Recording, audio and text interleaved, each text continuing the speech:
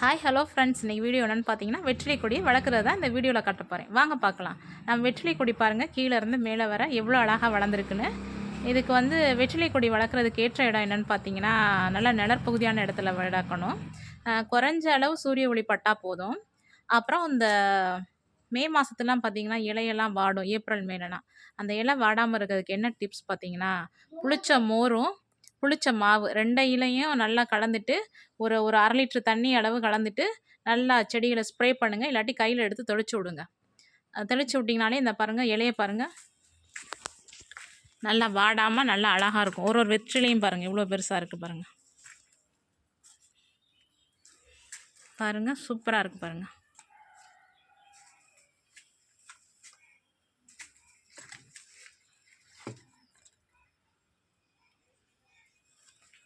அப்புறம் வாரத்தில் ஒரு வாட்டி இந்த வெற்றிலையோட வேர் பகுதியில் வந்து நல்லா ஒரு தொழு உரம், ஆட்டு சாணம், மாட்டு சாணம், நம்மளாம் தயாரித்த ஒரு தொழு உரம் ஒன்று தயாரித்து வச்சுருக்கேன், பார்த்துருக்கீங்களா?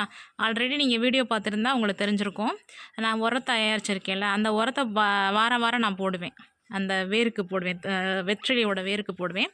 அதுதான் அதோடய வளர்ச்சிக்கு காரணம். பாருங்கள் எவ்வளோ அழகாக வளர்ந்துருக்குன்னு. செடி வந்து வாடுற மாதிரி இருந்துச்சுன்னா நான் சொல்கிற மாதிரி புளிச்ச மோர், புளிச்ச மாவு 2ஐயும் நல்லா தண்ணியில் கலந்துக்கிட்டு ஒரு ஸ்ப்ரே பண்ணி விட்டிங்கன்னா செடி பாருங்கள் வாடவே வாடாது. நல்லா சூப்பராக இருக்கும். ஒரு ஒரு வெற்றிலையை பாருங்கள் எவ்வளோ பெருசாக இருக்குன்னு காட்டுறேன் பாருங்கள் உங்களுக்கு ஃப்ரெண்ட்ஸ்.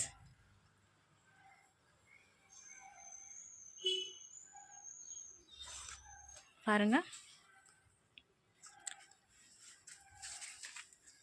இது நான் ஆல்ரெடி ஒரு நம்ம கார்டனிங் வீடியோவில் காமிச்சிருக்கேன் வெற்றிலை கொடியை. தனியாக அப்போ தான் வீடியோவை எடுத்து போடுறேன்.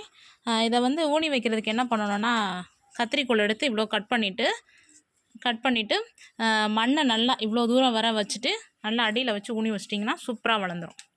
இத்தினோண்டு இவ்வளோன்னு தான் இருந்துச்சு நம்ம செடி. இப்போ பாருங்கள் எவ்வளோ அழகாக வளர்ந்துருக்குன்னு.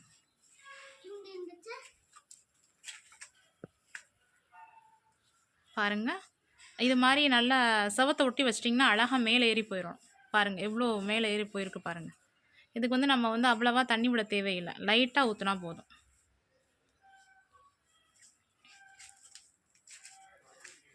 பாருங்கள் ஃப்ரெண்ட்ஸ், எவ்வளோ தூரம் வர போகுது பாருங்கள், அப்படியே போயிடும். இதோட வேர் பகுதியெல்லாம் பாருங்களேன், செவத்தில் எப்படி பிடிச்சிருக்குன்னு, ரஃப்பாக எப்படி பிடிச்சிருக்கு பாருங்கள். இது எல்லாமே வேறு தான். செடி அப்படியே அழகாக ஒட்டி ஒட்டி பிடிச்சிருக்கு பாருங்கள் செவத்தை அப்படியே. இதுனா வெற்றிலையோட வேர்க்கால்கள். 2 டிப்ஸு தான். நல்லா நிழற்பகுதியான இடத்துல வைங்க, லைட்டாக சூரிய ஒளி பட்டால் போதும். செடி வாடுற மாதிரி இருந்துச்சுன்னா நான் சொன்ன அந்த புளிச்ச மாவை நல்லா ஸ்ப்ரே பண்ணி நல்லா தெளித்து விடுங்க. அப்புறம் வாரம் அந்த தொழு உரம் போடுங்க. வெற்றிலையோட வேர்களுக்கு இடையில் அந்த நான் தயாரித்த உரம் இருக்குல்ல, தொழு உரம், அதை போடுங்க, சூப்பராக வளர்ந்துடும். இதான் நம்ம வெற்றிலை கொடியோட வளர்ப்போட டிப்ஸு. ஓகே ஃப்ரெண்ட்ஸ், நம்ம வீடியோ பிடிச்சிருந்தால் லைக் பண்ணுங்கள், ஷேர் பண்ணுங்கள், மறக்காமல் சப்ஸ்கிரைப் பண்ணுங்கள். அப்போ தான் நான் இதுக்கப்புறம் போடக்கூடிய டிப்ஸு, அதுக்கப்புறம் கூட சொல்லக்கூடிய வீடியோஸு எல்லாமே நோட்டிஃபிகேஷனில் வரும். Thank you friends.